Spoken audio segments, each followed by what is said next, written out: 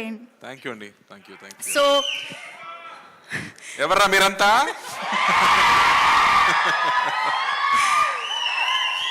So Karthik గారు, thank you అమ్మా, I love you. Thank you. బావా, ఈ సినిమాతో బావా అనే పదం ఇప్పుడు ఎవర్రా మీరంతా ఎలా కామన్ అయిపోయిందో ఈ సినిమాతో ఇదొక మీమ్స్ చాలా స్టార్ట్ అవుతాయి అనిపిస్తుంది. ఏం స్టార్ట్ అవుతుందని మీకు ఏమైనా ఒక క్లారిటీ ఉందా? దేని మీద మీమ్ అయ్యే పాసిబిలిటీ ఉంది అని? మీమ్ కి ఆ విస్తరాకుల దగ్గర కూర్చుని తిన్నప్పుడు కాదు, మీమ్ కి ముందు కజిన్స్ గ్రూప్ అని ఒకటి ఉంది కదా. అవును, అందరికి ఉందా? కజిన్స్ గ్రూప్ ఉందా?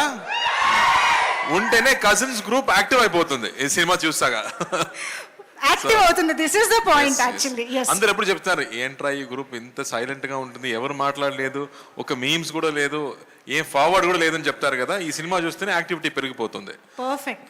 అయితే ఈ సినిమా చేస్తున్నప్పుడు లేదా ఫస్ట్ నరేషన్ తీసుకున్నప్పుడు మీకు గుర్తొచ్చిన ఆ కజన్ ఎవరు, ఆ బావ మరిది ఎవరు మాకు తెలియాలి.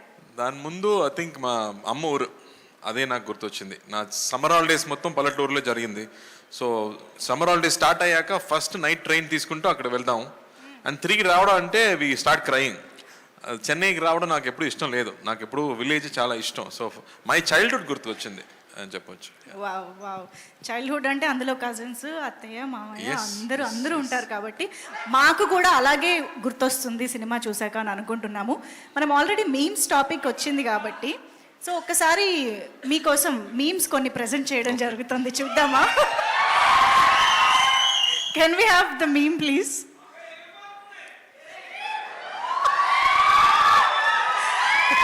దేవుడు ఉన్నాడు రా, దేవుడు లేడు రా. యాక్చువల్లీ ఈ మీమ్ ద్వారా మేమేం తెలుసుకోవాలనుకుంటున్నామంటే ఇలాంటి సిచ్యువేషన్ మీ రియల్ లైఫ్లో ఏమొచ్చింది అని. యాక్చువల్గా ఒక సిచ్యువేషన్ చెప్పొచ్చు.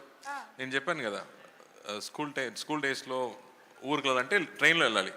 సో ట్రైన్లో వెళ్ళే ముందు ఫస్ట్ చూడడం ప్యాసింజర్ లిస్టు, దానిలో ఫీమేల్ 20 ఫీమేల్ 16 ఏదైనా ఉందా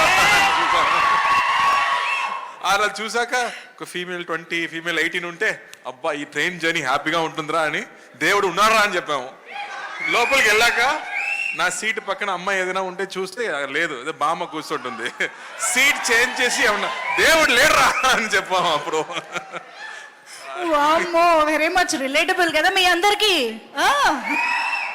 నెక్స్ట్ మేము చూద్దాం. ఇది అసలు super duper famous meme. So ఒక్కసారి ఆ డైలాగ్ ఒకసారి చెప్పరా మళ్ళీ? ఇప్పుడే చెప్పాను కదా. మరి రే ఎవర్రా మీరంతా? సో ఇప్పుడు అలా అని ఎప్పుడు అనిపించింది? ఫ్యాన్సే చెప్పాలి కదా ఇది ఎలా మ్యాచ్ అయిందని. బట్ యాక్చువల్గా ఇప్పుడు నేను కాలేజీకి వెళ్ళాను, నా కజిన్ చదువుతున్నాడు, కాలేజీకి వెళ్ళాను. అప్పుడు ఒక గ్యాంగ్ మొత్తం చూశాను, 10 మంది కూర్చున్నారు. అందరూ సెల్ ఫోన్తో పాటు ఏదో టెక్స్టింగ్ చేస్తున్నారు. వీళ్ళందరితో మాట్లాడలేదు. అక్కడ అమ్మాయిలు, అందమైన అమ్మాయిలు వెళ్తున్నారు, అక్కడ చూడలేదు, ఇన్స్టాగ్రామ్ చూస్తున్నారు. ఎవర్రా మీరంతా అని అనిపించింది అక్కడ చూసాక. ఓకే, అమ్మా కార్తీక్ గారు ఎంత అప్డేటెడ్ గా కాలేజ్ విషయాల్ని కూడా మర్చిపోలేదంటే మామూలుగా లేదు. నాకు సాడ్ గా అనిపించింది. అందరూ ఫోన్ లోనే మాట్లాడుతున్నారు, ఫోన్ లోనే లవ్ చేస్తున్నారు, అన్ని ఫోన్ లోనే జరుగుతుంది. Perfect sir. Yes, next meme please.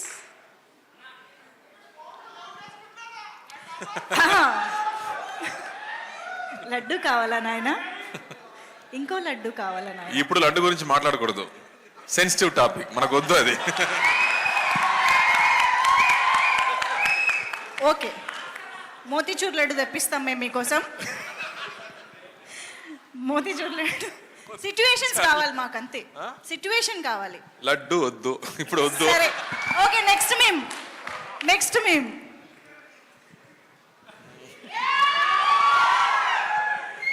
ఇది ఎందుకో మీ యాసలో మీ స్టైల్లో చెప్తేనే ఆ డైలాగ్లో ఉంటుందండి. కొన్ని సిచ్యువేషన్స్ లో మన చేతిలో ఏం లేదంటే ఏం చేయాలో చెప్పనా, చిల్ అవ్వాలి. సో రిలీజ్ డే ముందు, రిలీజ్ డే ముందు ఇదే మనకి మీమ్. ఇప్పుడు ఫోన్లో వాల్ పేపర్గా పెట్టుకుని చూసుకుంటాలి అంతే. అమ్మ పని అన్నీ అయిపోయింది, ఆ తర్వాత ఫ్యాన్స్ చేతిలోనే ఉంటుంది కదా, సో అప్పుడు చిల్ అవ్వాలి. ఓకే, సో ఎస్ మీమ్స్ అయితే అయిపోయాయి. ఇంకా మీ నుంచి మేము చాలా విషయాలు మరికొద్ది సేపట్లో తెలుసుకుంటాము. ఎస్పెషల్లీ సత్యం సుందరం గురించి మళ్ళీ మాట్లాడదాము. Thank you so much Karthi గారు ఫర్ దాట్.